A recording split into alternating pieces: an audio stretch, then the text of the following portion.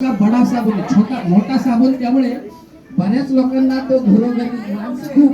आता माझ्या लोकांच्या घरात म्हणजे 20-22 लोक, आमच्या घरात मी म्हणजे 15-1 लोक, प्रत्येक घरात बाळशी संख्या भरपूर. त्यामुळे आपला हा जो शेंडा असायचा त्या शेंडासापर्यंत जागा बनलेली असायची, फिक्स जागा होती झोपायची.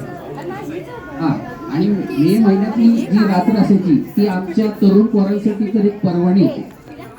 आंबेडकर जयंती सुरू झाली 14, 15, 1, 2 हे ते पिक्चर, आणि ते पिक्चर बघायला जाण्यासाठी डोक्याजवळ उशीजवळ आहे ना बारदान घेऊन ठेवायचे. कारण घरातले झोपले, बारदान घेऊन चप्पल घेऊन आपल्या 40 ते 19 मधली पोरं सगळी पिक्चर बघायला. पण आपल्या 2 चाळीतलं वैशिष्ट्य, कुठे गेलं की गप बसणार नाही, कोणाची तरी मारामारी करणार आणि मागच्या बाजूला बसून त्या चाळीकडचा पिक्चर थोडा वेळ तरी बंद पाडणार.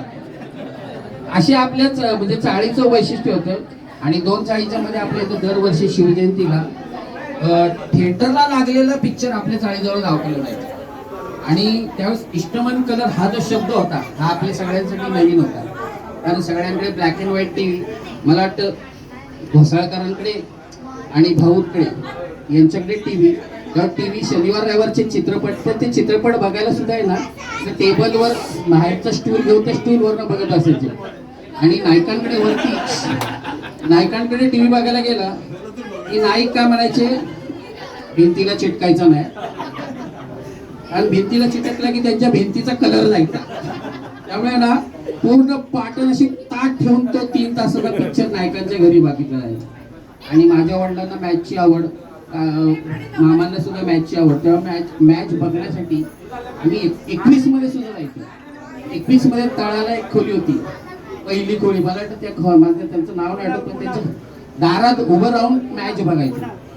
किंवा 78 जवळ मधल्या 2 चाळीच्या मध्ये टीव्ही होता, सेंटर मध्ये टीव्ही होता. अशा ठिकाणी एकत्र जाऊन आम्ही मॅच बघायचो. हा जो पॅसेज होता हा आमच्या लहान मुलांसाठी एक खेळण्याची पर्वणी, म्हणजे आमचं हे जांभरी मैदान होतं.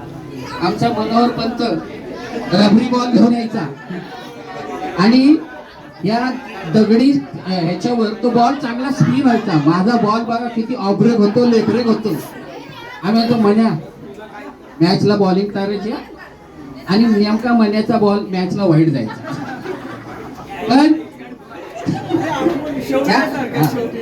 आणि आपला माळा आणि लास्ट माळा यांची मॅच व्हायची क्रिकेटची. कधी आपला माळा दुसरा आणि 19चा दुसरा माळा यांची क्रिकेटची मॅच.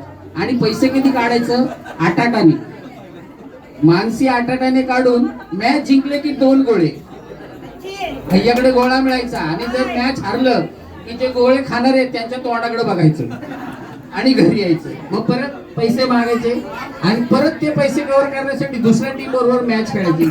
असं हा अख्खा रविवार हा मडकेबुवा मैदान. आता मुलांना मला वाटतं त्याचं नाव पण माहीत नसेल की या छोट्या मैदानाला आपण मडकेबुवा मैदान म्हणतो. आणि तो कोपऱ्यामध्ये जांभरी मैदान.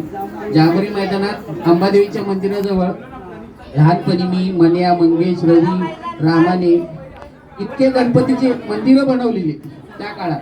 आणि मंदिरं बनवल्यानंतर संध्याकाळचं थोडेसे कुरमुरे ताटात टाकायचो आणि मैदानातली जी लोक असते त्यांना, हो काका प्रसाद घ्या. काकांनी प्रसाद घेतले, काका पैसे टाका. आणि त्या पैशात